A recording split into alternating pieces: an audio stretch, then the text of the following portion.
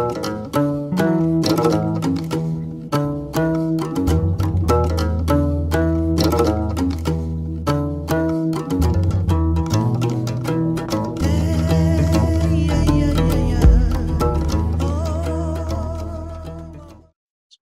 alhamdulillah, yeah, man, I'm really grateful to see you, to connect with you virtually. I wish we were able to gather in person, but alhamdulillah, the hearts are always connected. And Yes. mashallah. So I'm so happy that we were able to actually connect, because basically a few weeks ago, I started really like deeply thinking about this analogy of virtual reality and how it relates to the spiritual path. And I was thinking about you because I know you had a few years ago written a piece on Ibn Arabi and Inception, the movie Inception. Mm-hmm. And I know you and I have had conversations about a number of kind of like modern as well as traditional art forms, and how Mm-hmm. they are profound kind of tools or metaphors or analogies for different teachings within the Sufi tradition. And Right. It's interesting, you and I actually both kind of like, without knowing, we both had like this idea to do kind of Sufi commentary on pop music, on popular music. So that's pretty beautiful, because I was inspired by Ibn Arabi's line that the lover, the arif, never hears a song, a poem, a riddle, or a panegyric Mm-hmm. about Allah. Like it's all telling you, if you could only see. So, Right. mashallah, I'm really grateful to have you, and grateful to dive in. So there's so many like angles we could take, and so many profound art forms that give us a vantage point on this perspective. But I think, you know,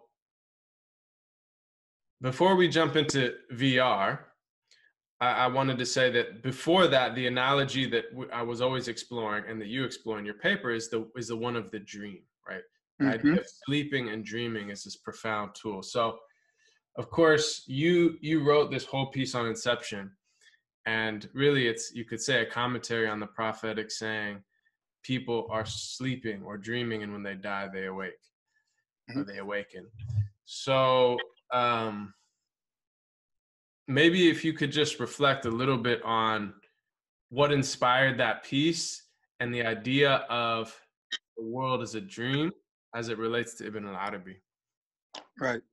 So, assalamu alaikum. Thank you so much for having me here. It's always one of the greatest pleasures in this lower world, these kind of conversations with people of like heart. So, alhamdulillah, thank you so much for having me here.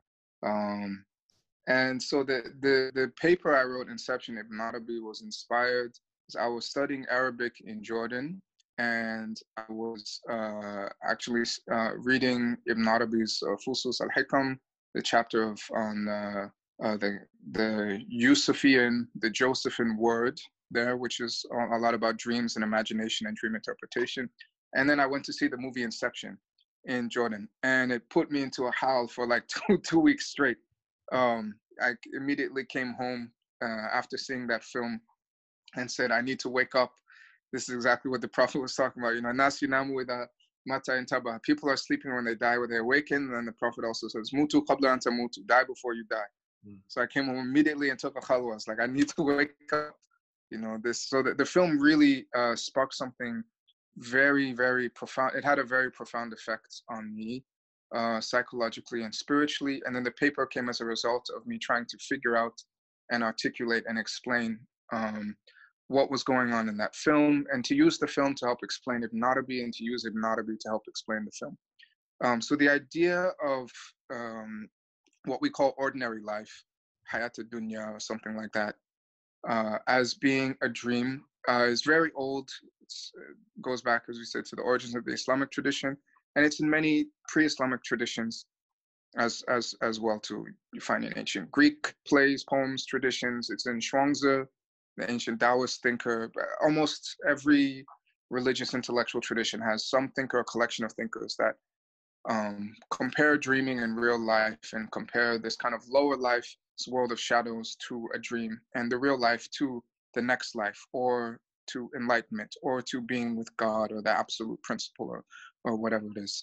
The Islamic tradition is no different. Just happens to be, like with many things, it's very central and very clear in the Islamic tradition. And as with a lot of things in the Islamic tradition, Ibn Arabi explains it and examines it from multiple different angles.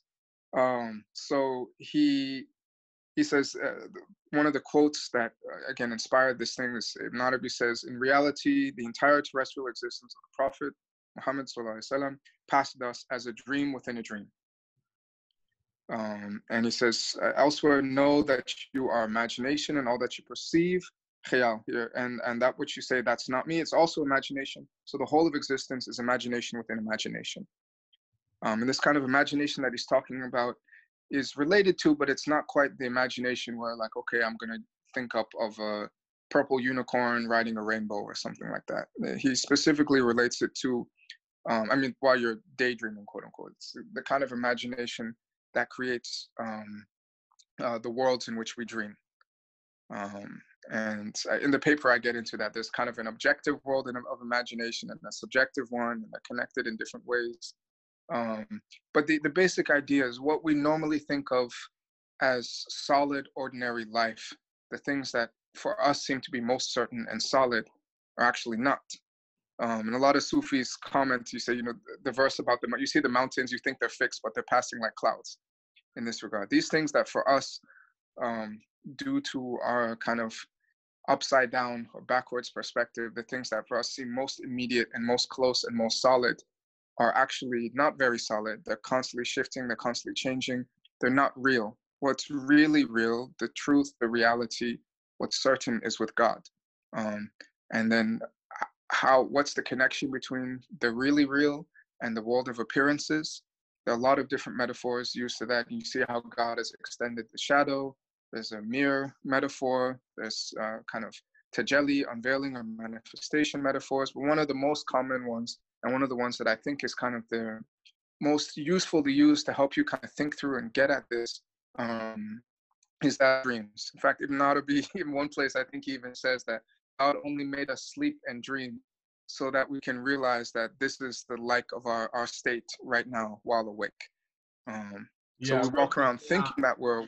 I wrote this down from your paper. I was revisiting it, and you quoted Ibn Arabi, said the only reason God placed sleep in the animate world was so that everyone might witness the presence of imagination and know exactly another world similar to the everyday sensory world. So it's like a key to remind us there's far more going on here than this sensory world. Exactly. And even to point out, so some later Islamic philosophers like Mullah Sadra take this even further, and they point out, they say, even this ordinary everyday world of senses that we experience, that's all imagination too. Like, we never actually come into direct contact with a floor or a bird or something like that. What happens is the physical, the light or whatever comes into our eyes, and then our mind or our brain or whatever creates an imaginal image of that. And that's what we interact with. So like, I've never met or touched the physical, you know, Ahmed, Baraka Blue or whatever. I'm always dealing with an imaginalized representation or creation in that comes about in my own as a result of my own perceptual faculties. So the world that we live in is even the seemingly physical or material world is itself even imagination from our own subjective point of view. It's a creation of our sensory faculties.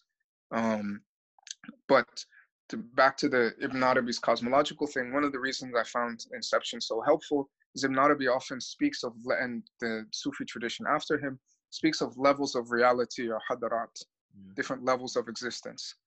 And that can be hard to, you know, we don't have a lot of parallels for that. It's not like dimensions in modern physics or something, it's something different.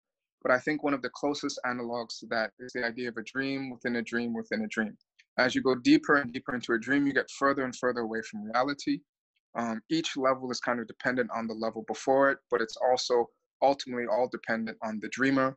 And so that there are a lot of things about the dream metaphor that map really well. I mean, Ibn Arabi uses it himself, but map really well onto Sufi cosmology and psychology and other things like that, which is why I think it's been used by Sufis and Islamic philosophers throughout the years as a way of explaining some of these difficult to grasp concepts, and to explain the reality, what it's like to wake up inside the dream. You know, if we're told by the hadith to die before we die, and people are sleeping, and when they die, they awaken, what's it like to wake up in this life? What's it like? And the experience we have of sleeping, dreaming, and waking gives us some keys that we can begin to think through that and understand that and help us do that really on our own. Yeah, mashallah. I mean, and that is really the profundity of dream, that we all have experiential knowledge, not just like theoretical abstract knowledge of, because we've all been in situations that were extremely beautiful or terrifying or painful or pleasurable. And then we woke up and we felt either relief sometimes if you're in a difficult situation, like alhamdulillah, or like, oh man, I wish I could go back. That was so beautiful. Right. So we all experience that. And the like you say, the kind of unanimous voice of the wisdom traditions of the great prophets and sages and saints and avatars of history is, this world is not as it seems. There is a way to, I mean, it's very interesting, right? The Buddhi, right? The Buddha is the awakened one. This is right, the whole tradition that is based on this idea of waking up, right? And so I think exactly what you said, this idea of, you know, I think as modern people, we're so used to seeing reality as very horizontal, but whereas traditional people saw it as vertical, so that there are higher levels of reality that one can awaken into, higher levels of consciousness or realization. Right. So I think the dream is really profound. And I think only vis-a-vis that does the idea of like the imaginal realm start to kind of like, because like you said, we tend to think of imagination as less real, right? Oh, that's just your imagination. But this is, you know, from this perspective, imagination is more real because, and this is also ties very closely to the power of art, in fact, and why it is so central in human civilization and why we yearn for it, because it is actually accessing this higher level of inspiration. And, you know, again, another quote that you mentioned that Ibn Arabi had is, the world is an illusion. It has no real existence. And this is what is meant by imagination, khayal. For you just imagine that the world, is an autonomous reality quite different from and independent of al-haq, the absolute reality, while in truth it is nothing of the sort. Know that you yourself are an imagination, and everything that you perceive and say to yourself, this is not me, is also an imagination, so that the whole world of existence is imagination within imagination. And I think, you know, you talked about cinema, right? Inception. In a certain sense, cinema is such a profound way to grasp this, because the writer, or the, you know, the you know, screenplay, all the characters with their lives and with their hopes and with their dreams and with their depth, they have no existence outside of the imagination of the writer, the author. And in fact, clearly the author knows them better than they know themselves, and is closer to them than they are to their very selves, and relates to them in a way that is not even, it doesn't relate to time or space, or right, you get into like these aqidah manuals that are explaining how the divine relates to the human beings in the world, and it's very similar. It's like we're in this divine imagination, this divine film, you could say. And I think really profoundly this starts to get at this idea that, you know, Allah doesn't just see us, right? Allah isn't just the shaheed in that he is the all-seeing in a sense of like above looking down. Right. But all perspectives are written by Allah. All perspectives are really Allah seeing in a certain sense, right? So we have the famous verse, سنريهم آياتنا في الآفاق وفي أنفسهم حتى يتبين لهم أنه الحق. You know, we will show them our signs on the horizons and within themselves until they come to know that he, or that it is the real, the haq. And this is often quoted by the Sufis, but the second part of that verse is also really profound, because أَوَلَمْ يَكْفِي بِرَبِّكَ أَنَّهُ عَلَى كُلِّ شَيْءٍ شَهِيدٌ. Is it not sufficient for you that Allah, that he, it, who is over all things, from all perspectives, witnessing, is the one seeing through all vantage points. Right. And it's like, you know, a film really gets at that, because in this world it's hard to imagine what that's like, because we experience it as the characters within this play or this film. But when we think of like writing it, then we can start to see how the author sees every perspective. No, absolutely. I mean, going back to what you're saying about khayal and the importance of khayal in the arts, I mean, Ibn Arabi and other authors talk about khayal as the realm, so not just something that exists in your head, but an actual ontological outside realm of the cosmos, wherein pure spirits and meanings take on tangible forms, and tangible forms take on sensible meanings, right? So because everything that we see and touch, everything that's tangible for us is an ayatullah, it's connected to, it has a meaning. So in a certain sense, everything is khayal.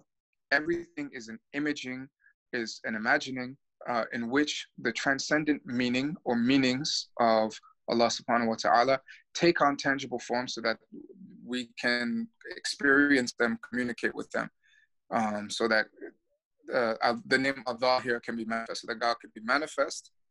But also, in order to be manifest, you have to be manifesting something. You're manifesting those hidden realities in the form of signs, in the form of relationships, people, animals, plants, colors, sounds, all of these things. And then because we are made in the image of God, because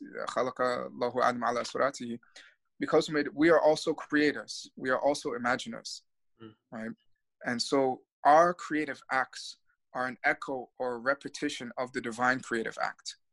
Because God is a musawwir, we, the one who forms and fashions forms, we also make form and fashion things. Because God is the one who, in a certain sense, dreamed all of this into existence, you could say, metaphorically, as many Sufis has, we also dream things into existence. Because God has written everything that will ever exist, we, as his creation, also write things in terms as a kind of echo of this creative act.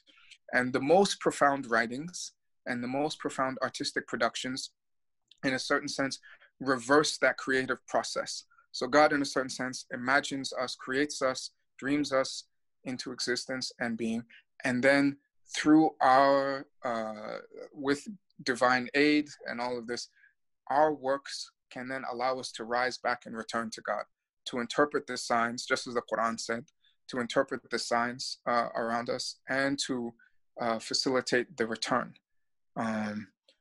to God. So this is, khayal is the meeting of meaning and form, and why it's so crucial to really all of the arts and really understanding existence. Everything in traditional Islamic cosmology has meaning, has purpose.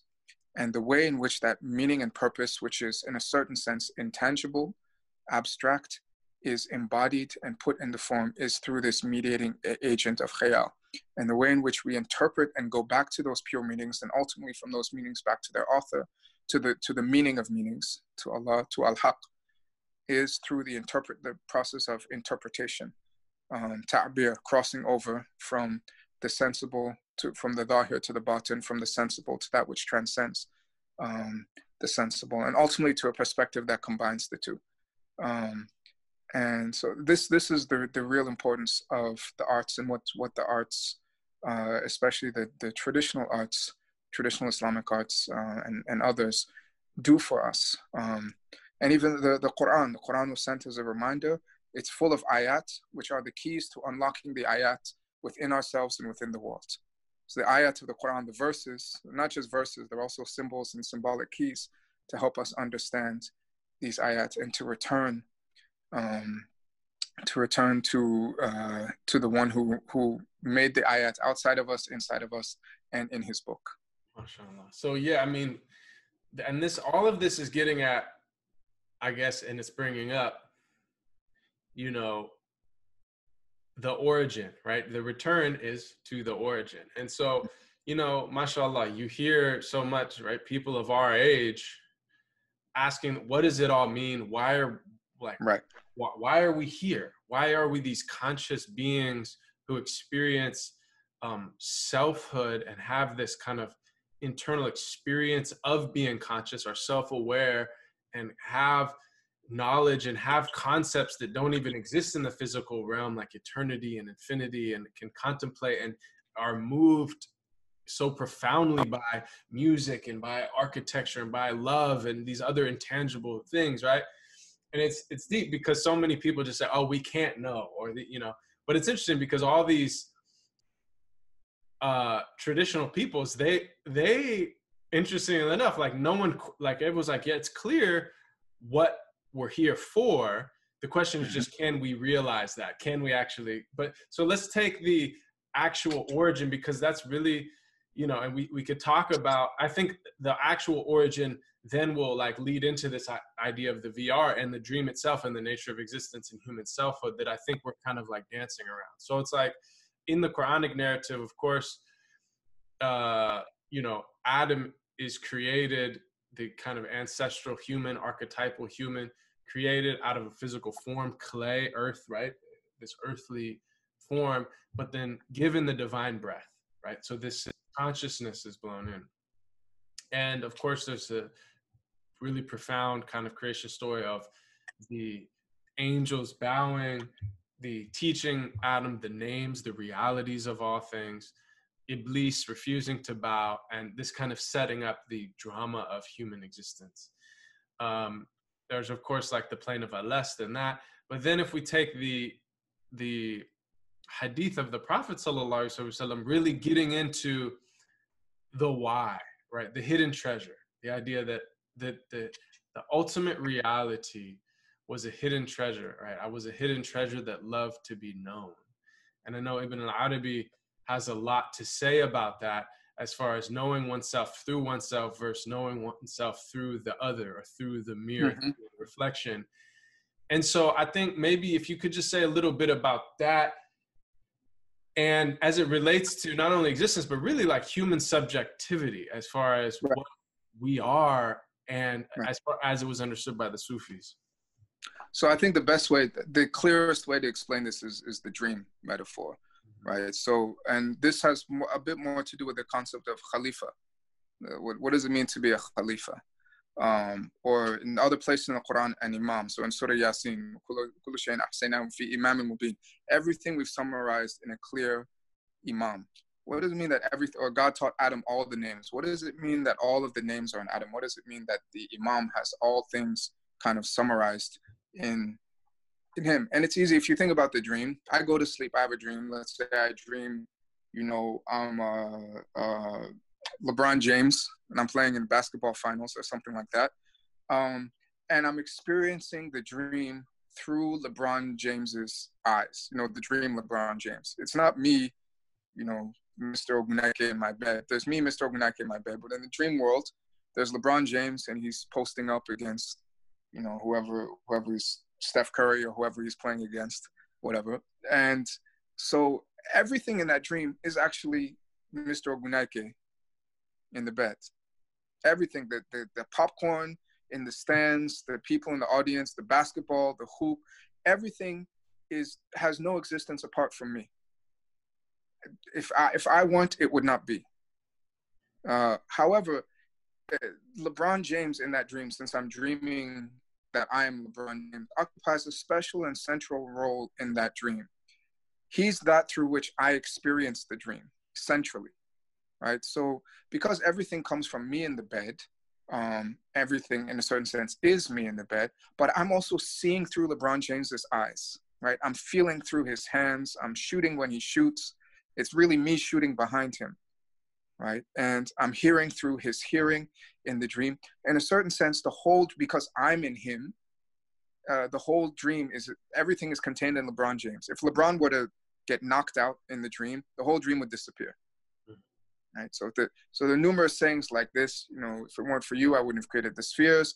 The world won't vanish as long as there's someone who still says Allah, Allah, someone who fulfills this function as a Khalifa. In order for the world to exist, there has to be a Khalifa. There has to be an Imam.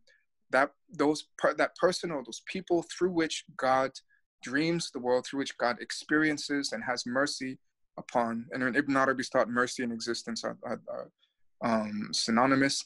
Has mercy upon everything in creation. And if you notice some of the ways I was describing this, you hear echoes of things in the Quran.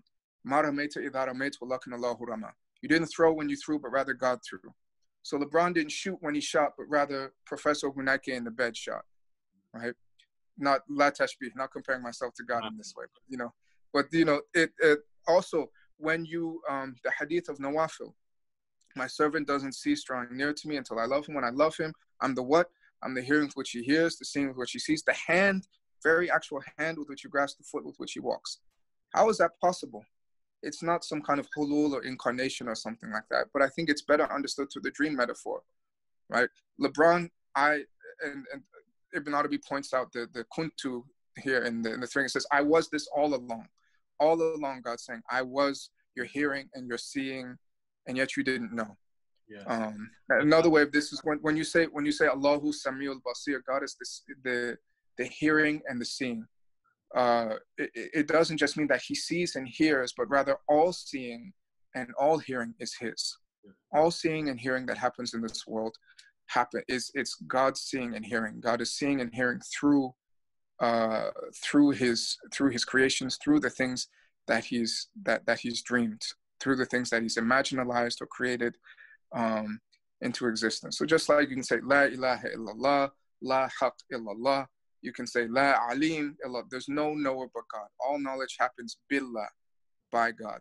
There's no seeing except by God. There's no hearing except by God. There's no life except by God. It's the divine life that flows through and animates the entire cosmos. Just like in a dream, it's my life that flows through and animates everything in my own dream. And so this, I think, then, so what's LeBron's purpose? I mean, so LeBron might think, if I'm in my bed dreaming of LeBron might think his purpose is to win the NBA championship. But in this analogy, LeBron's ultimate happiness lies in realizing the fact that he's dreaming. He realizes that he's dreaming, and he can follow the path of the awakened ones, and then he can wake up inside the dream. And that his ultimate bliss lies in that. Then he'll understand everything. He'll be in communion with everything. He'll be fulfilling the function for which he was created. And he'll be able to best serve not only the dreamer, but also everything in the dream as well. MashaAllah. Yes, and I love, you mentioned this hadith nawafil, right, which is really defining wilaya, right, because really sanctification or sainthood or friendship, allyship. Allyship, yep. And those near to me draw near by nothing more beloved than that which I have made obligatory, right, the whole path, the whole deen, and then continue to draw near by the extra acts of devotion. And really, like, which isn't just extra prayers and fasting, but it's actually aligning oneself with light and with truth and with justice and with virtue internally. And you're aligning yourself with truth. Hatta uhibbu, until I love them, right? Then that's the actual, like, opening, right? That's the awakening. That love, that divine love is itself. And when I love them, I am the eye, the hand with which they grasp, the tongue with which they speak, etc. And like you mentioned, Sheikh Al-Akbar Ibn Arabi's commentary is really profound, because he says this I am, it's often translated as I become, but he said it Right. really is I am, because the reality is that Allah is the eye with which everyone sees. It's the seeing through which everyone sees. But that special love, and like you said, everything comes from the outpouring of love. I was a hidden treasure that loved to be known, but this is a special fullness, flowering of that sanctifying love that opens the awareness that Allah is the seeing. So only Right. the awliya are those that are aware. It's happening for all of us. Right.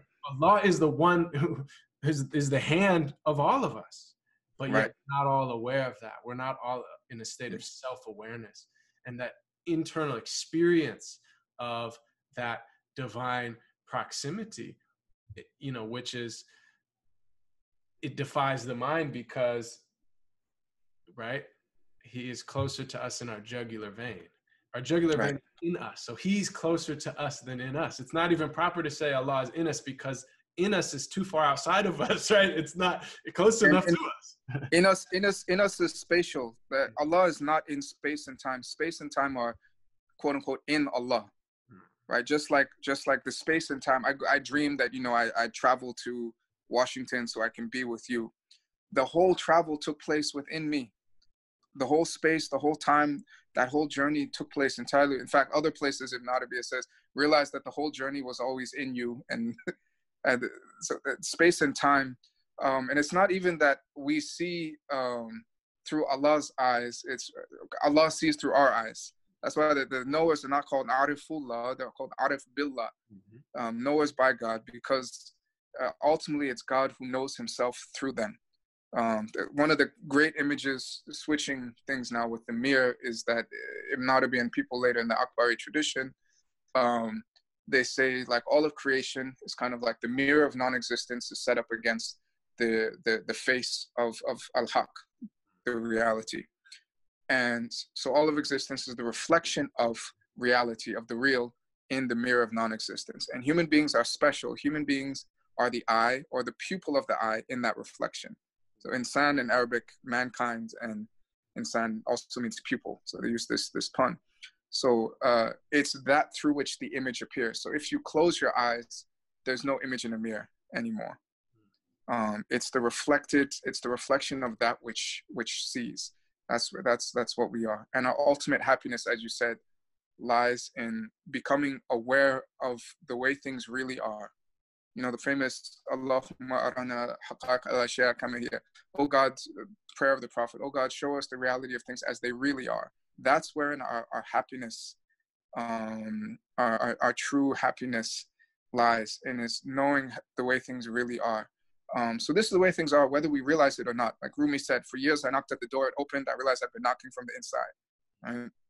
What happens is a perspective shift, you know, and oftentimes a lot of scholars following William Chittick, they'll translate marifa as recognition, right? Because it's something that in a certain sense is already known, but is recognized. The reality is already there. The reality doesn't change.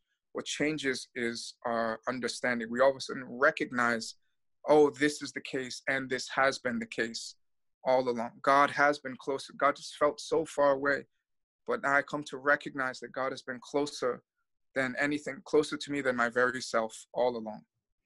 And so I think this is something that dreams in particular, and contemplating, meditating on the ayat, the symbols, the signs that is dreaming can some of the things that they can show us. And also, as you said, the various arts also do this too. You know, Shakespeare, all the world's a stage, all the men and women merely players, right? So if you're acting a play and something happens and you get lost in your character and you forget that you're acting in a play, and then something maybe happens in the middle of the play, you realize, oh, okay, it's not so bad. I'm just playing my role in this play. There's a director, and you get a different perspective. You recognize something different about the reality of your situation, even while you're in it.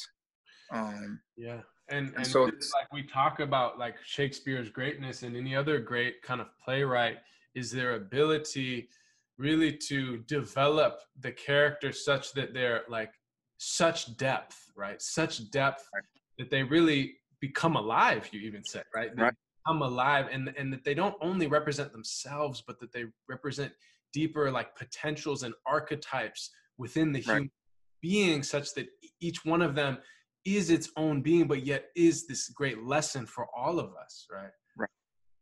So perhaps this is a good kind of like time to bring in the VR analogy, because it, you know, it's something that you and I talked about, and I think there's a way in which, especially for like modern people, it really, you know, adds a layer.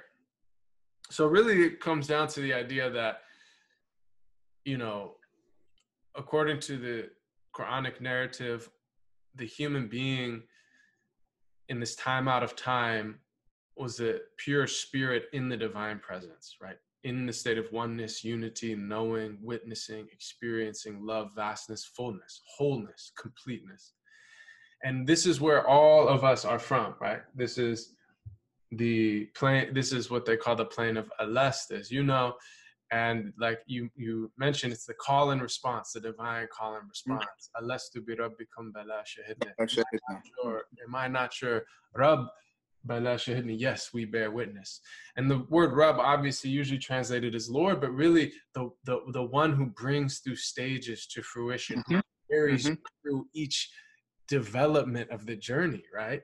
And so the bala, as the Sufis point out, it means yes, it's an affirmation, but it's also tribulation. So it's accepting separation, that we're coming to this realm of separation.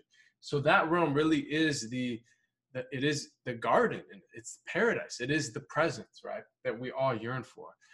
And of course, Rumi uses the analogy of the reed flute, that right in the riverbed, you know, perfect peace as a reed, and then cut and taken away and blown into, and wind blown into, utters this cry, this yearning for return. So, but basically, if we look at this kind of virtual reality analogy, you could say that we were in this space, we were in this place with the divine ultimate reality, and we were experiencing this perfect love and perfect peace and perfect knowledge and witnessing.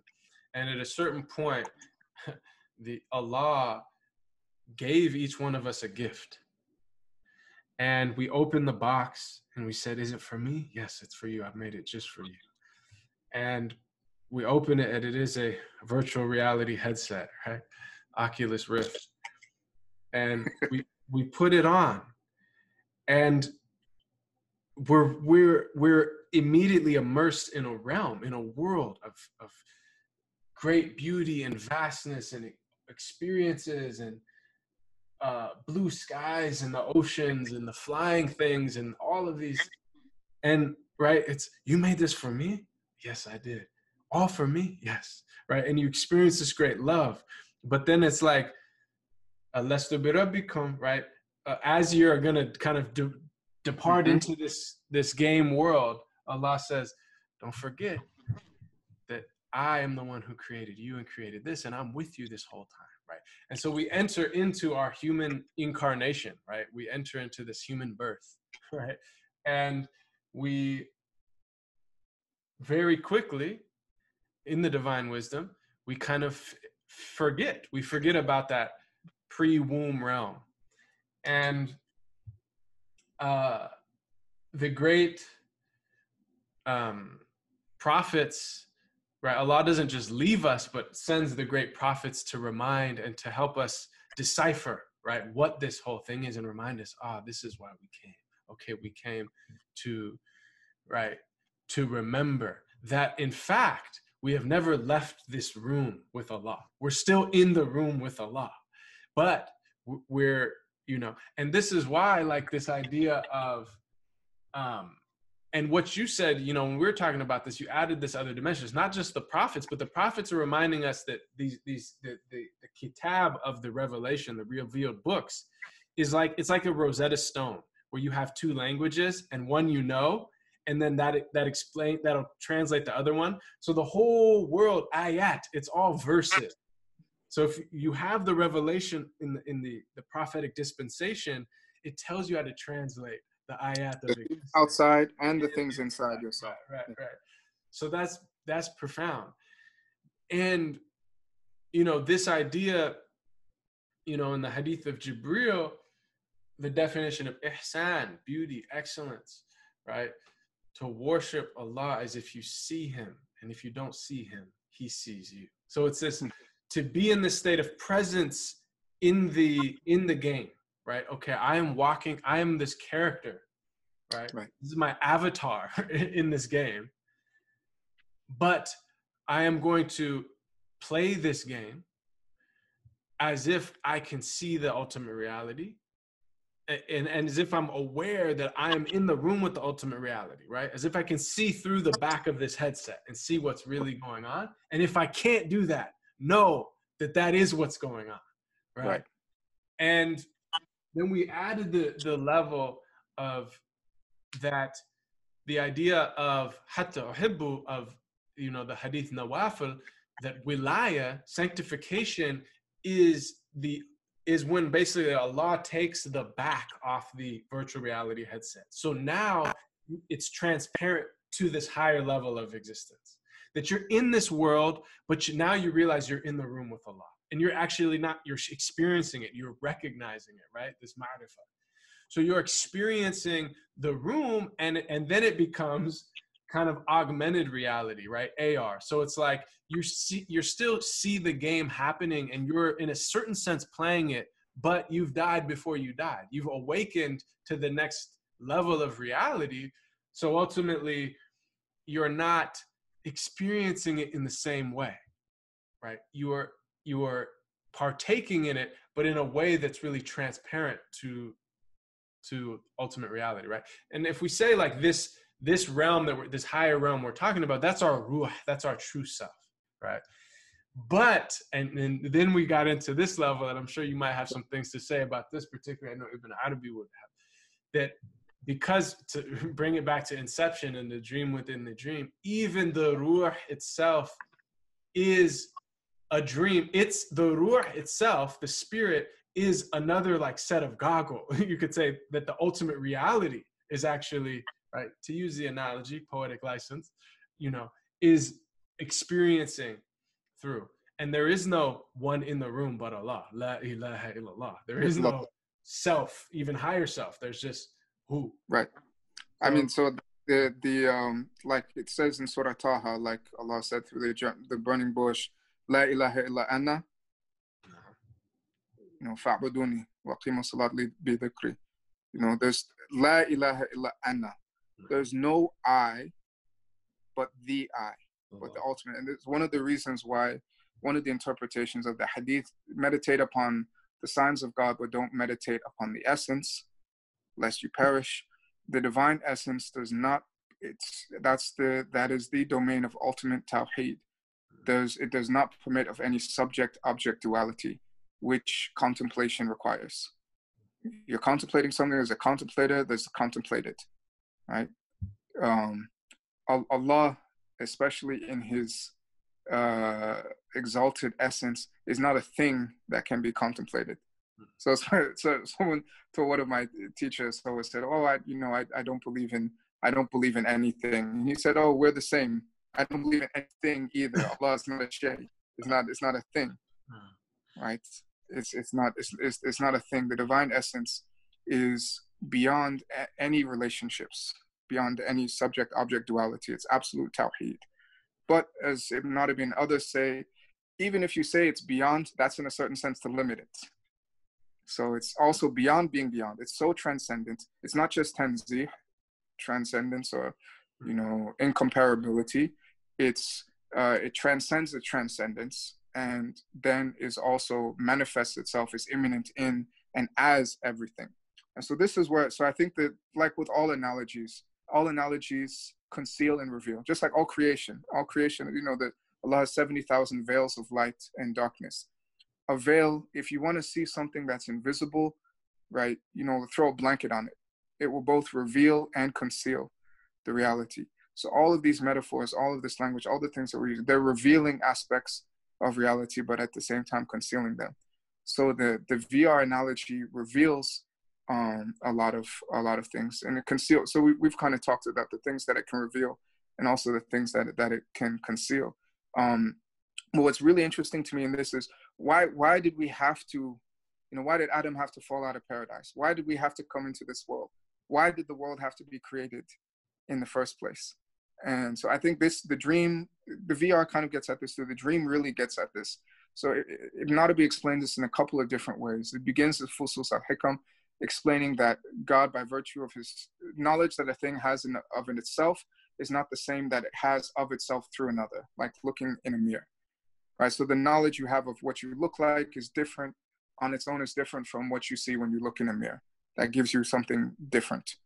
Or another way he explains, he said, among the perfections of wujud, being, existence, is that it includes imperfections. If it didn't also include imperfections, then there'd be something, in a certain sense, missing from it, right? So God knows himself in himself perfectly, but without creation, you could say, and this is again speaking somewhat poetically, without creation, without the realm of imperfection, without the realm of distance, creation, separation, he couldn't know himself as other, even if that knowledge as other is only virtual and partial. He couldn't know himself imperfectly, in a certain sense. So right now, you're awake. You have a certain self-consciousness and self-awareness. That's different from the awareness of self that you have when you're in a dream, or even if you have a lucid dream. You dream and then you realize that you're dreaming. There's a kind of different recognition than that you have that completes things.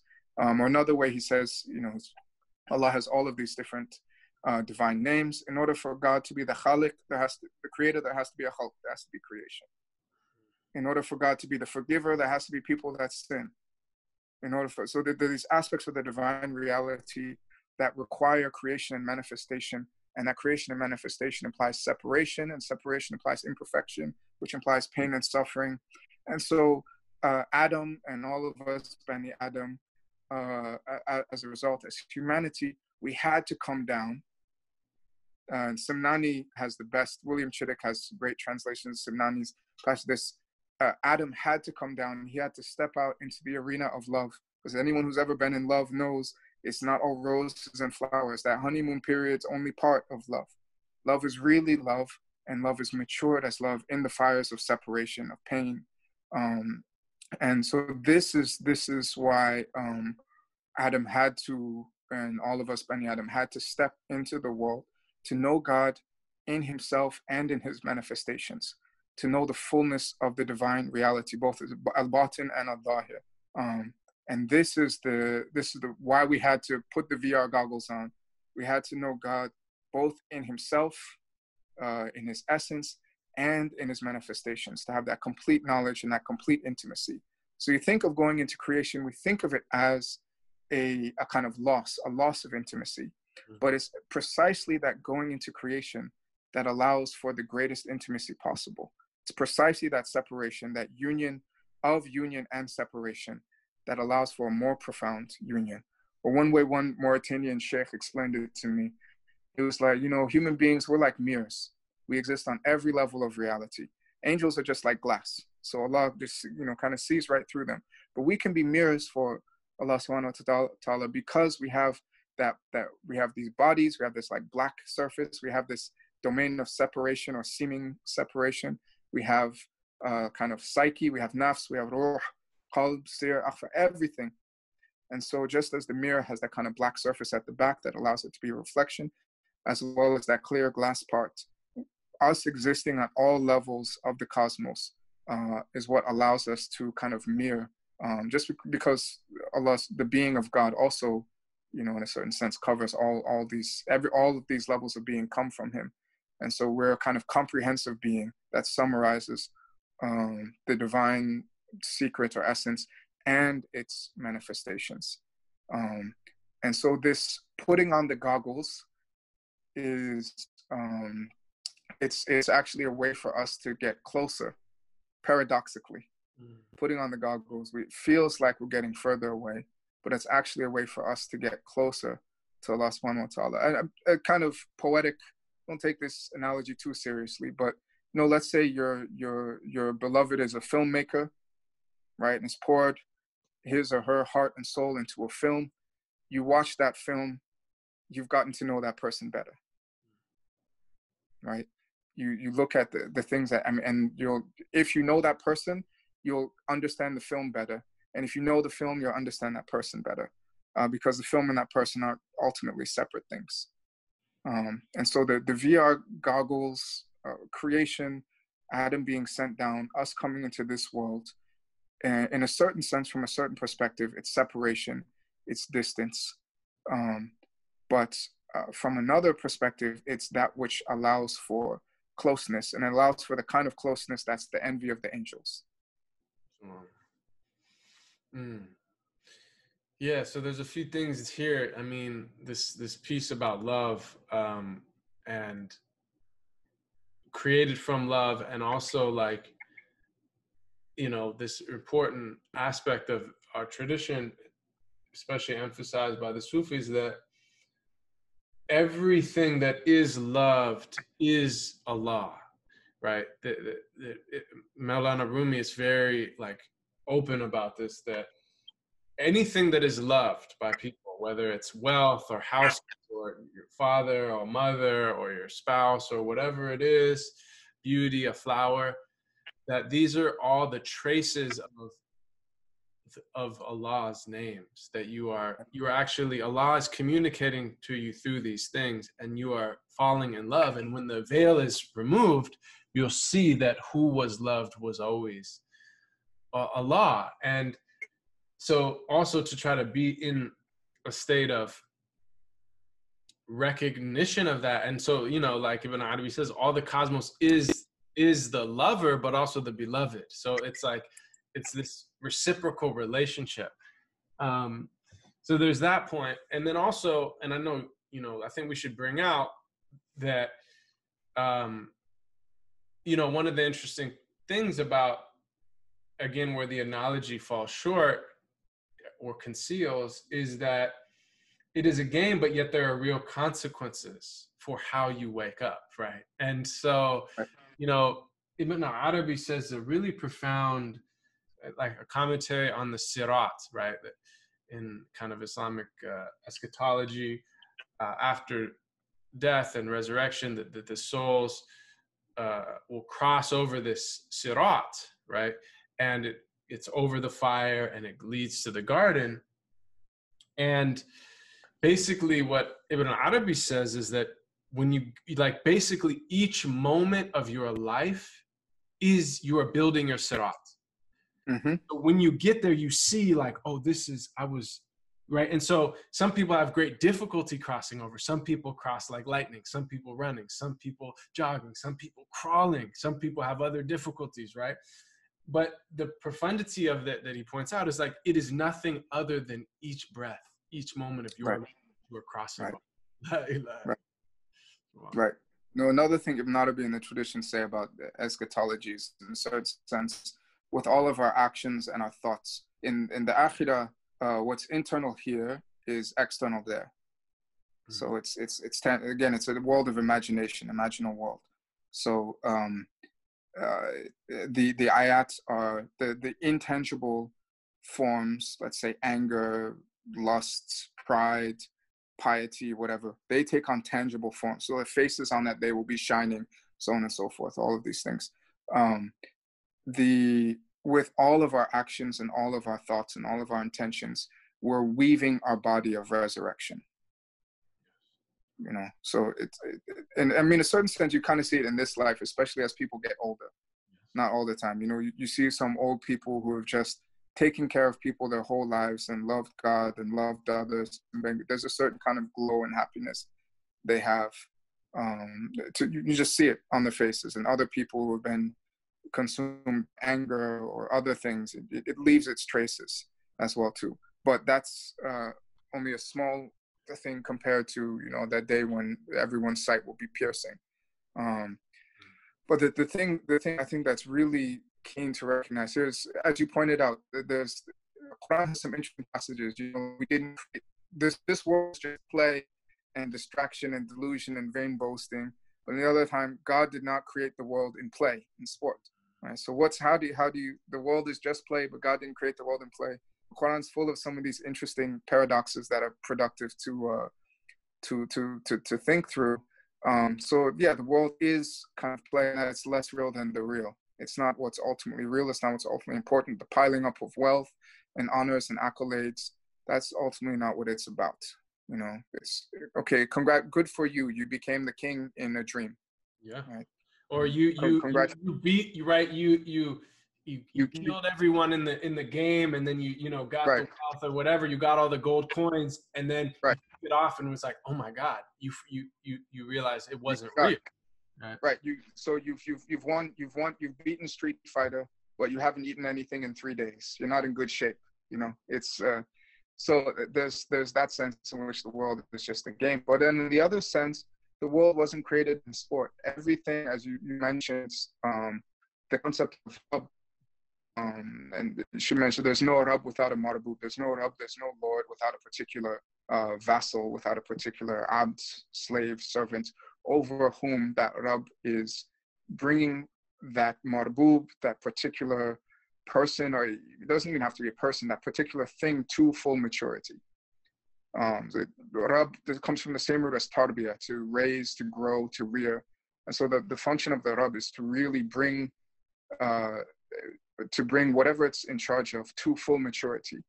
And so this, going back to the verse in Surah Fussilat, all of the signs that were being shown in the world and in ourselves are part of this process of tarbiyah. It's like a specific movie or message designed for each one of us to bring us to the realization of innahu haq. It's the real, to bring us to a realization of reality. And for those of us, inshallah, will make us among these people, the people of felicity, they realize it quick and easy, relatively quick and easy. And then for other people, it takes longer and it's harder and it's more difficult. But everything that we experience in this life and the next are signs designed to help us realize the truth. And it's kind of almost like something particularly designed for each and every one of us. But the other thing that I really wanted to bring out with this, something that I haven't yet figured out to fit into the VR analogy, but it kind of fits in the analogy and others, is the centrality of the role of the prophet. So we talked a little bit about the revelation, but so going off the theme of love, love is clearly central in the Hadith Nawafil, in the Hadith of the Hadith Qudsi of the hidden treasure, which has an interesting kind of history. Ibn Arabi says that he asked the prophet, he was like, in a dream, he's like, did you say this? He said, no, I didn't say it, but it's true. It's attributed to Dawood, but it's true, so you can keep saying it.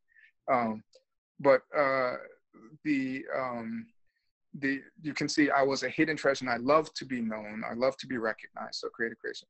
But there's a third part having to do with love that's really important, and that's in the Quran. In tuhibullah fatabiyuni yuhibbukumullah. Say, O Prophet, if you love God, then follow me, and God will love you.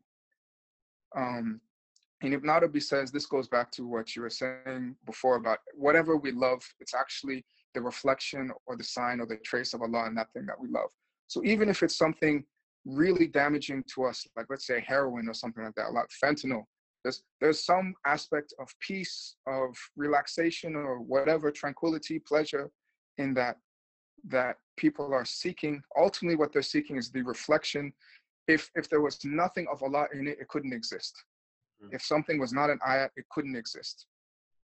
Everything that exists, whether it's harmful, even the things that the Quran condemns, there's some benefit in it, there's some harm in it, but the harm outweighs the good, so keep away from it.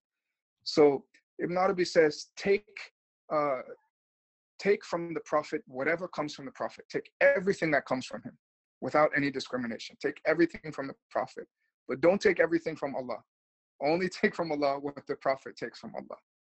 Right? Because you can when you're chasing, let's say, a high or good experience or something like that, what you're chasing out is your memory of intimacy and happiness and nearness with Allah subhanahu wa ta'ala, right? But if you chase that in drugs, if you chase that in things outside of the sunnah, it's going to be damaging for you and actually lead you further away from the fulfillment. Like a bird, I don't know if you ever see this in Seattle, sometimes birds here, they'll see the reflection of of flowers in a window, and they'll fly straight into the glass and they hurt them. So that's what all of these ayats are, you know. What the way of the Prophet is doing is it provides a pathway to guide us back to the source, to the origin of those things. So you can fly, if you're a bird, you can fly straight to the flower, and you don't get confused and bash into the glass a bunch of times. Because what you love in those glass reflections, if you're the bird, is the flower. You know, it's natural. It makes sense that you'll fly towards those things, right? Because it's the beautiful flower that you're seeking. But what you need to do is, if you really love that flower, you need to follow the one who's come from that flower and gone back to that flower.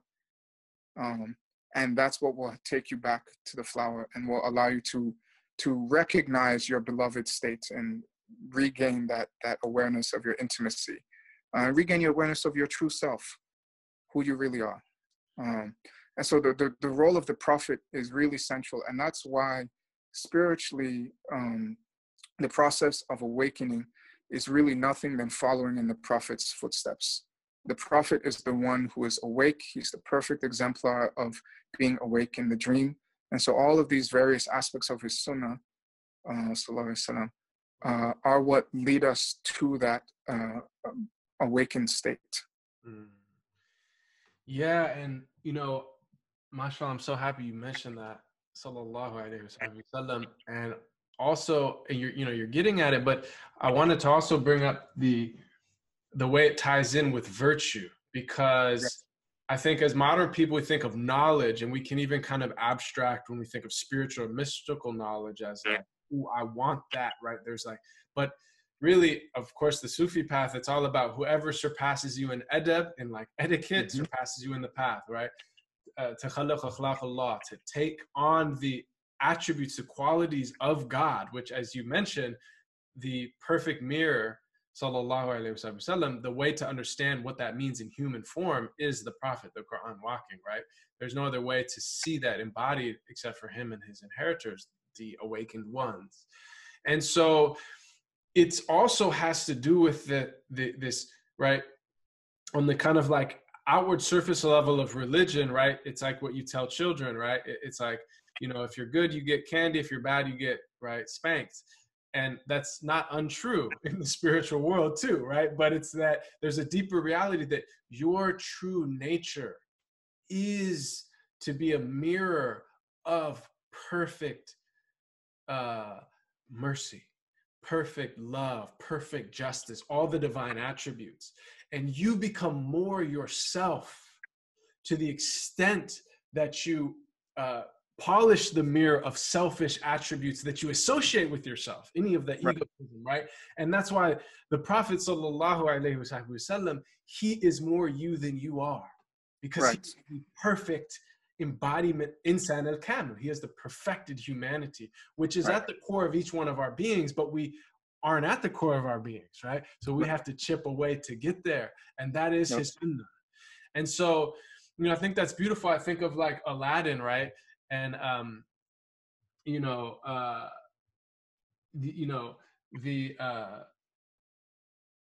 Jafar, right? Jafar, he wants to get the lamp, right? He wants to be the genie. He wants that knowledge. He wants that awakening, but he doesn't want to take the true path to it, right? He wants to, and so he gets trapped in it. There's something about you have to actually be selfless. And even they talk about on the path, you have to give up even desiring higher states or awakening. You have to truly come into ubudiyah, true servitude, because the more extent to which you give up your irada, right? You submerge your individual will in the divine will. Right. Sheikh Shadli perfectly said, nothing keeps the servant from closeness to God so much as desire for union with him. Right. There's nothing, again, it's like a character in a dream or an avatar in a game wanting to be the dreamer or wanting to be the creator of the game. As the particular, you know, dreamed figure, character in a dream, or the, you know, whatever character or avatar in a video game, you're nothing. And the sooner you realize your nothingness, and the sooner you adopt an attitude of just gratitude and surrender, Islam, the more that you'll be able to recognize this. Now, this notion of the relationship of virtue and knowledge is really important, and this is true. It's actually runs through a lot of the Islamic sciences. It's not even just it's just highlighted in Tasawwuf, but it's traditionally in everything. So there's a famous poem of Imam Shafi'i. He says, "I complained to Waqi of the weakness of my memory, and he said, stop disobeying. Knowledge is a light which God gives to man, and he doesn't give it to the disobedient." Right. So even in basic knowledge, there's an idea that the knowledge is a light, and the more kind of reflective, you can use reflective or transparent or translucent, whichever metaphor you want to use, your character is, the better it will be able to hold or transmit that knowledge. Right. Or there's another saying, it's in Sufi saying of the 20th century, the biography of Shaykh Ahmed al-Alawi. It's like, unless man melts in the hands of God, truth will melt like snow in his hands. Allah. Right? Unless the container, your container, becomes of one substance or becomes like the content, that content won't stay with you. And I think all of us have experienced this to some extent. There's something we like get, and we keep trying to get, and we keep trying to get, but something, it doesn't fit us. The content doesn't fit our mental, conceptual, or existential containers. Then we've grown up a little bit, something's happened, we've changed, we transformed, we change our perspective, and all of a sudden it clicks.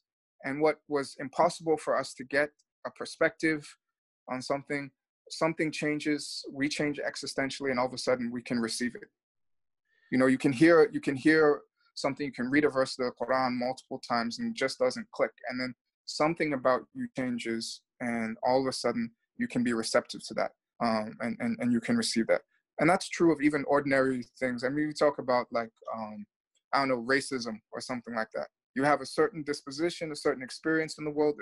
It doesn't, you don't get it. You're like, okay, yeah, people say this thing happens. Then something changes. Maybe you have some experiences, you see some things, you're like, oh man, I didn't realize this is what things were like. Something has changed, and all of a sudden, all these things your friends were telling you about discrimination or whatever they said, it clicks. That's on a very, low level. But when it comes to these high levels of reality, it's even more true. So the degree to which your character conforms to that of the Prophet, the walking Quran, is the degree to which you're receptive. But it goes both ways. It's a virtuous circle. The more you know, the more you're able to see things as they really are, and the less and the better adab you'll be able to have.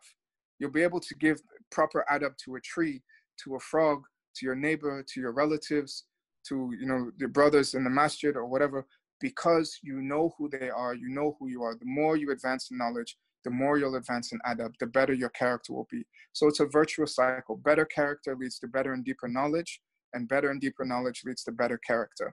And all of this is just following in the footsteps of the Prophet ﷺ, who has the most perfect knowledge of God and of reality possible. But this doesn't mean that it's uniform. This is also a mistake that people, I think, often have too, that like, okay, everybody's going to look and behave one way.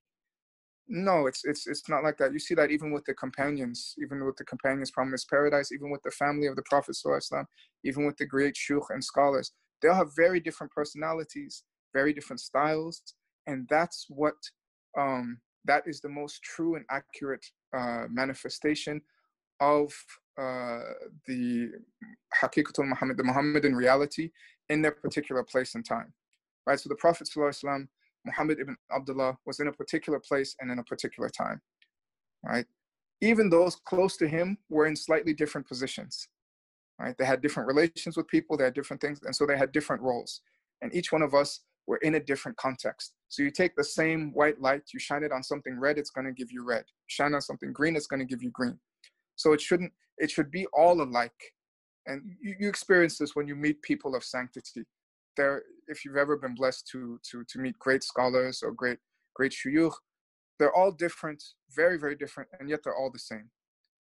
They have the same perfume emanating from them, but it has different flavor because they're all different people in different contexts. So if you have a perfectly clear mirror, you put it in different positions in a room, it's going to show you different things. It's going to look different. the actual substance of that mirror, no one can actually see. No one's ever seen what a mirror looks like. You only see what's reflected therein. And so if you've really done the polishing work, you won't look exactly like your teacher. You won't look exactly like somebody in Yemen. You won't look exactly like someone in the Hijaz. You'll look different. But if that polishing has been done well, you'll be serving the same reflective capacity, serving the same function. You will have become who you really are. It doesn't mean that your personality traits and quirks and things like that just pop out of existence. Not at all. It just means that now you're reflective in your place and in your time. Yeah, I remember Sheikh Abdul Hakim Murad, one of his contentions was something like, look at how amazingly like kind of diverse the awliya are, like this, and look at how like pitifully same those who take the path of evil are. Like it's just like the kind of, but you know, I think, you know, this is really beautiful what you're saying is that if I could, there's a really important point. Another thing is that's because the awliya are those who have realized the full freedom of human nature. Right? So those who are trapped and bound by their egos, by other things, they're limited. They're necessarily limited. In a certain sense, they're flattened by the same sets of forces, right? How Afsani things like that. And creates, you know, the variations. There's Pol Pot, there's Hitler, there's, you know, there's whatever. But there's certain patterns because it's the same forces that bind and limit us and darken us.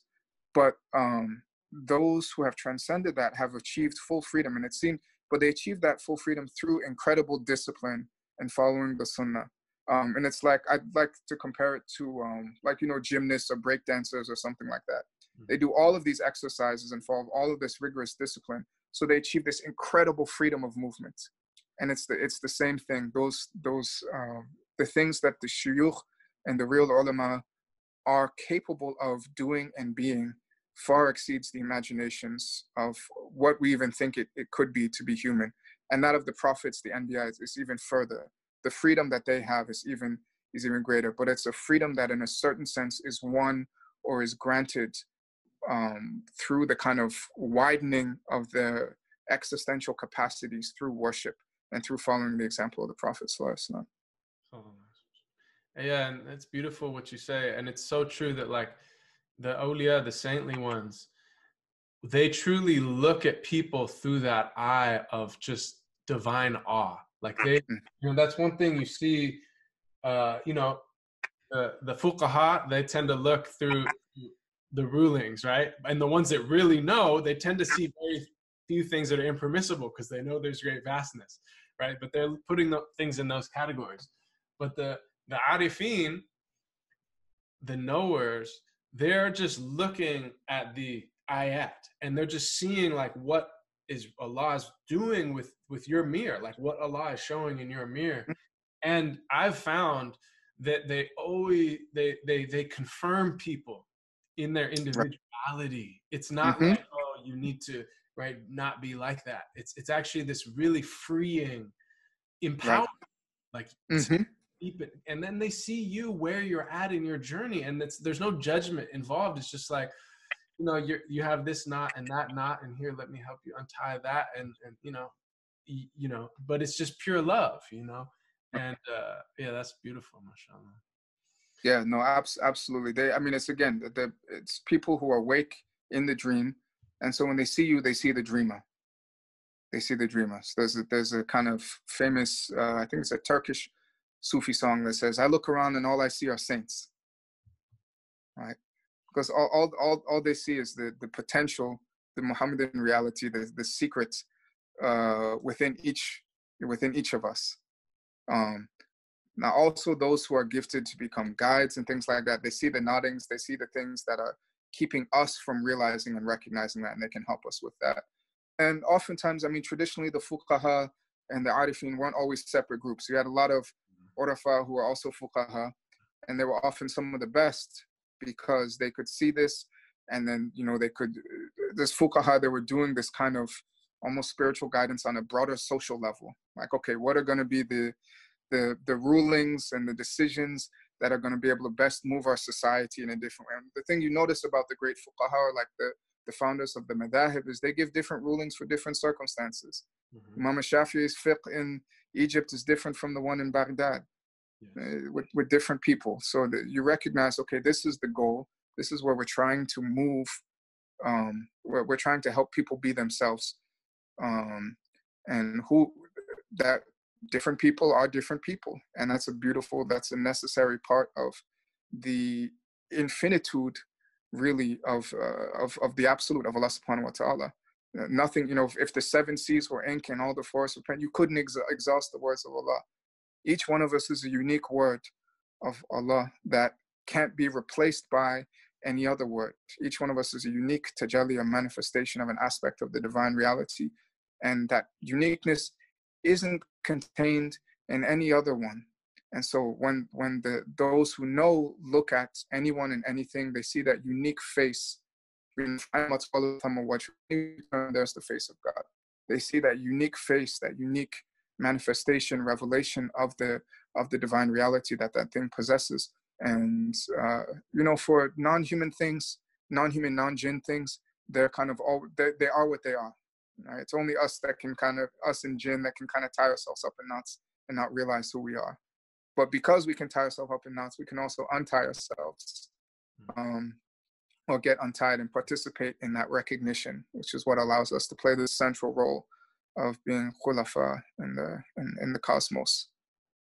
Yeah, alhamdulillah, you've been generous with your time. I guess there's one kind of like thing, I was thinking about and maybe in closing, as we get towards closing, is, these, for instance, the books of Ibn Arabi, traditionally they were often, they're advanced texts that would be studied after one had gone through a rigorous kind of training, memorizing Quran, studying the fiqh, and committing oneself to spiritual practice, and even studying a lot of the practical manuals of tasawwuf, of the spiritual path.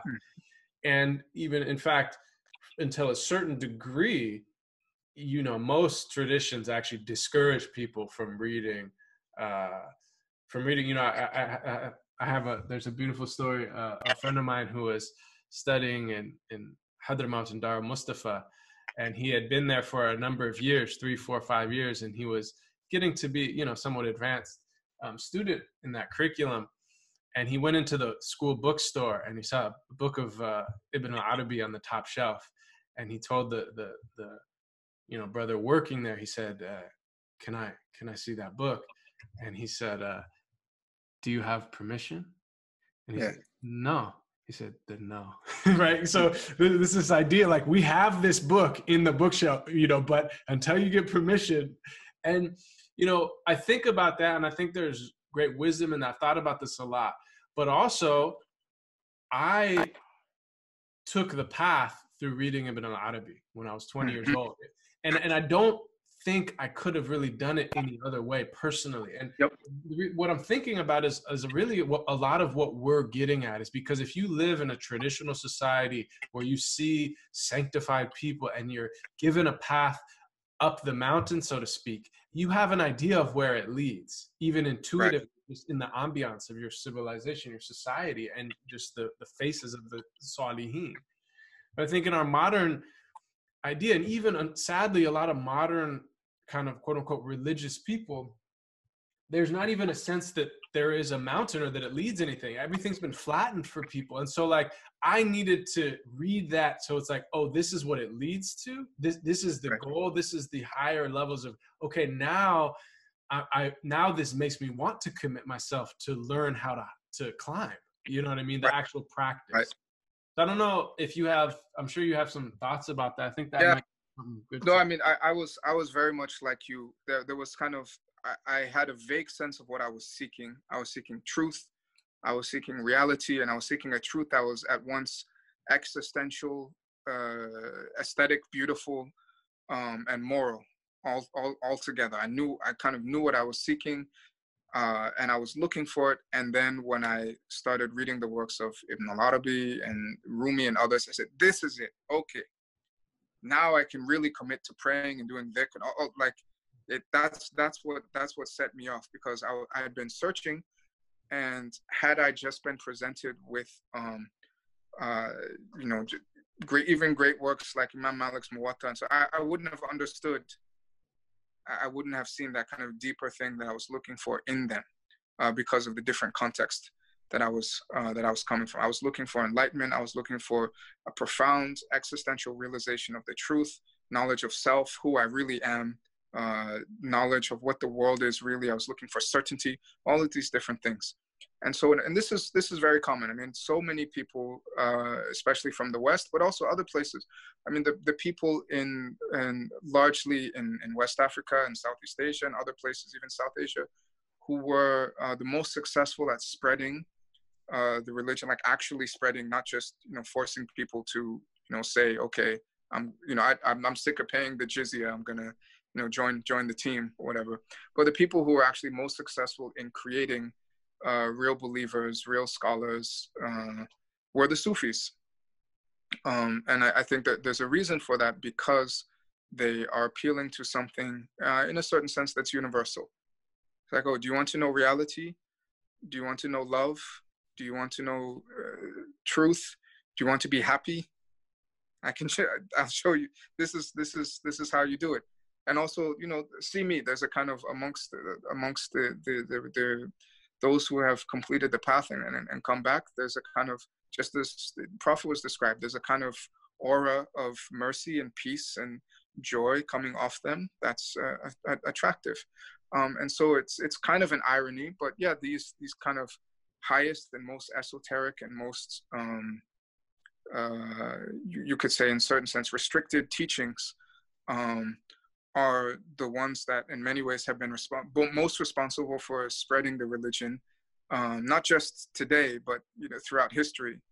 I mean, so usually the way in which these ideas were spread in Islamic history was through poetry, again, through art forms, or like in the Southeast Asian context, you know, they had all kinds of different ways. They had the wayang, the shadow puppet plays. They had poems, music, dramas, things like that.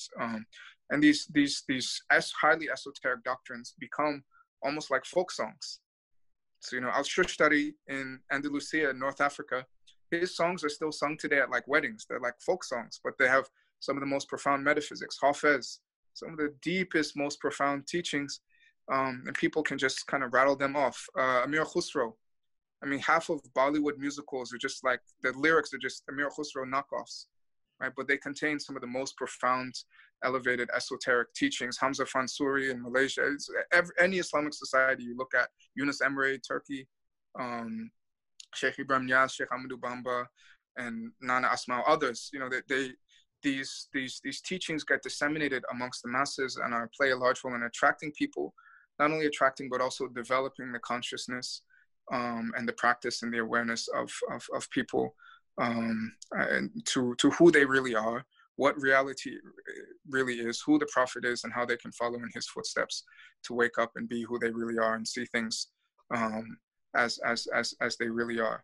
So yes, there's danger in these teachings, because it can be very easy to think you're there when you're not, or think like, oh, just because I get this mentally, yeah. Oh yeah, so I have a kind of conceptual understanding that's, you know, so I've seen Inception a few times. I read this paper.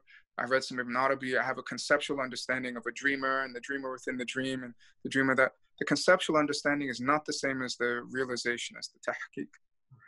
And one of the keys for that is precisely the ethical component, because you can kind of fake the conceptual thing, but you can't fake. You're on the sunnah. You're not on the sunnah. You've submitted your soul, or you haven't submitted your soul.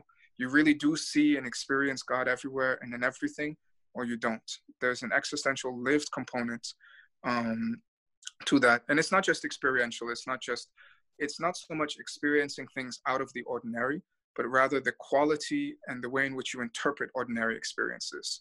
Right. So when someone cuts you off in traffic, is it an experience of, there's a person there who cut me off in traffic and I'm angry and this and that? Or do you actually experience that as, okay, this is a sign of, you experience it normally, I got cut off in traffic, I'm frustrated, whatever, that doesn't go away. But this is a sign of God, and I can have all kinds of interpretations and things like that spontaneously come to me, and I recognize what's going on. It's almost like if you look at letters before you learn how to read, or before you learn how to read Arabic, let's say, you just see squiggles on a page. You're still looking at the same thing, but now you know how to read it. You know what it means. You know the meaning. So the danger with these doctrines, exposing these doctrines and these ideas to people, can be that you can mistake kind of a limited conceptual grasp of it for realization. And the worst thing is then, like Sheikh Ashadli said about nothing, you'll desire some kind of union with God or some kind of deification, which is the exact opposite of what you need. And nothing will slow you down or keep you further from the goal than you thinking, because I've read these books, I've understood these concepts, that somehow I'm deified, somehow you're setting up a partner with God. Then it's the worst possible thing. And that's the danger. And that's why, because these ideas can be difficult to understand, because of their potential for misunderstanding and misinterpretation, especially outside of the context of these communities of practice and having a sheikh and all of these other guardrails that are kind of there to keep you on track. It's, you can easily misunderstand this kind of thing and go off the rails. And so that's the danger with discussing these things. But as you said, we live in kind of exceptional times. And I think these kind of exceptional times call for exceptional measures. And I think it's no accident that a lot of these teachings and doctrines and ideas have been made widely available. Now, it's not that the dangers no longer exist. They do exist, but there's also the danger that if you keep them so hidden, people won't be aware of them, and people will fall away.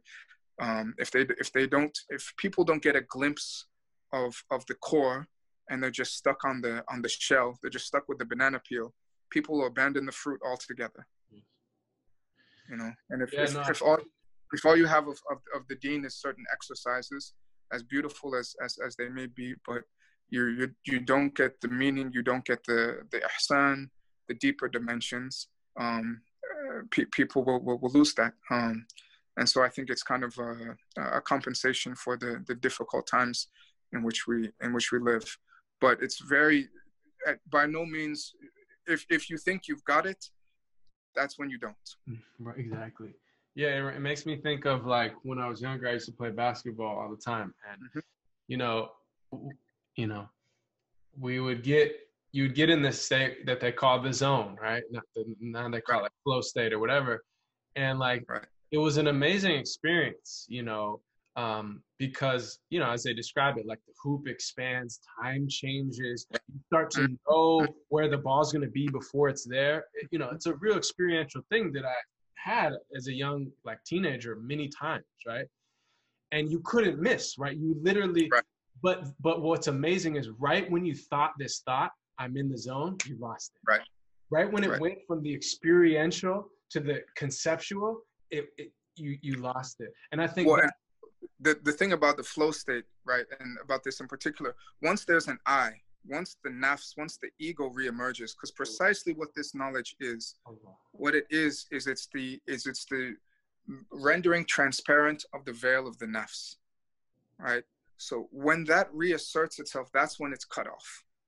Right? It's the absolute humility. All of this is only possible through the recognition of our kind of paradoxical recognition of our own nothingness before God. Right? So the reason why a burning bush or halaj could say anal haq, right, is because it's not I am saying this, it's rather God is saying it through that person.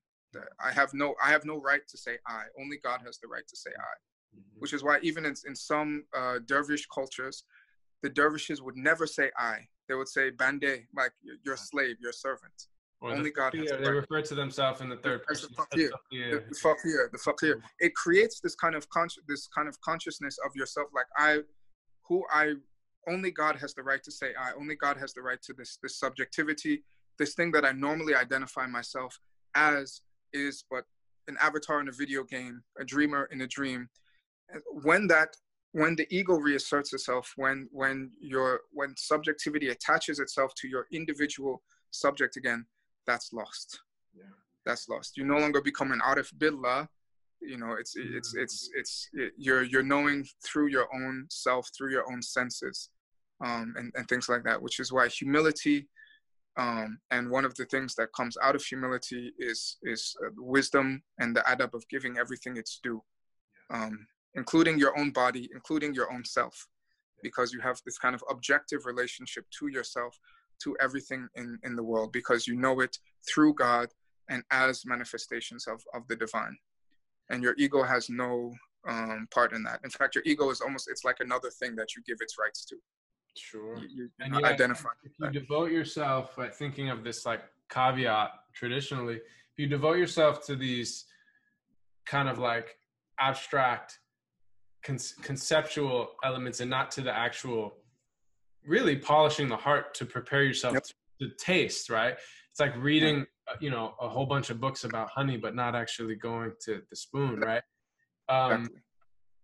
You know, what can happen, you know, what some people call like the spiritualized ego, because the ego at all costs is going to resist fana. It's going to resist being transformed because it's self-preservation mode. That's its whole thing, right? So like it'll take that wisdom and it'll fortify itself with that, as opposed to being transformed by it, right? Every level there's another devil. So all these things are really beautiful. And I also am reminded by what you say about like you know, we talk about tradition, you know, one thing that I think it may be harder to find in our time, and especially in the pandemic time, it's like being part of a community of, right? They call it the fuqara, of ones who are on the path where you're really supporting each other and you're all working through your nafs. It's not always just all like flowers and sunshine, right? Because we're still working. We're not there yet, but yet when you're with sincere people who are truly, right, al-mu'min mirat al-mu'min, truly, sincerely on the path, there's a polishing that happens in that company, right, where you're all, you know, expanding, and you expand each other in that sense. So, you know, and again, the fuqara are called the fuqara because of that verse of the Quran. God is the rich and you are the poor. And the fuqara take that really seriously. They're like, we are so poor, we don't even have any existence. Our existence is on loan. Our consciousness is on loan. Our consciousness is just, it's on loan from God. We feel like we've kind of closed it off and we feel like it's our own, but it's not our own. It's on loan. It's on loan from God. And we try to, being a faqir means you give back, you try to give back, pay back the debt. You give back, you recognize that you actually own nothing. Nothing is yours. Everything is God. You don't have any existence. You don't have any consciousness. You don't have any being. You don't have any sight, hearing, anything. All of that is God's. And yeah, again, the mirat, the mu'min, mirat al-mu'min is another great interpretation of that. So yes, the brothers in the community is absolutely essential, and it can be difficult. Abu Madian said the fuqara are a bed of thorns. You know, they prick, it's like, you know, I think it's in the Psalms, there's iron, or Proverbs, there's iron sharpens iron, so one man sharpens another. You know, that grating, you get two rocks, you crash them together, it grates, but it creates the smooth surface. But the other interesting meaning is, so al-mu'min is one of the divine names as well too, right? So al-mu'min, the believer, the one who's really a believer, is the one who's the mirror of al-mu'min, the divine name, and the real al-haq, al-mu'min, is the mirror of the believers. And this is I think the good place to close on. It's just as one of the deeper meanings of Adam and human beings being created on the form of God. What's God's form? God is absolute. God is infinite. God is beyond any restrictions. And so what does it mean to be created on God's form? That also means that the human perfection, exemplified by the Prophet ﷺ, but the human perfection is similarly to transcend all forms and be able to take on all forms. It's this kind of freedom and capacity and possibility and potentiality that transcends any imagining of it. Just like, you know, Allahu Akbar, God is greater than any conceptual construction or understanding of him. Because we're created on the form of God, the potential of the human being is also greater than any possible definition, conception, understanding we could have of what the human being is and could be. And that's what the path is It's about us realizing who we really are and realizing our own nothingness before God. And paradoxically, our own nothingness before God is the fullness of possibilities of the human state, which is beyond anything we could ever imagine. And yeah, that's what it means to wake up inside the dream. That's what it means to, that's Fawz and Aldim. That's really winning the video game. That's the great victory. Beyond. Yeah, exactly. If the doors of perception were cleansed, man would see things as they truly are, infinite. For man has closed himself up until he sees things through the narrow chinks of his cavern. If the doors of perception were cleansed, he would see things as they truly are, infinite. The Prophet ﷺ said, if it were not for the worries in your hearts, and I forget the passions and this, that, a couple of things, you would see what I see and know what I know. Allah. MashaAllah. You know, and that's the path, inshallah. We follow in the footsteps of the Prophet to try to be like him, in order to try to be like who we really are. Inshallah, may Allah grant us all of that in this life and the next. Ameen. Jazakallah khair, Habib. Wa yak.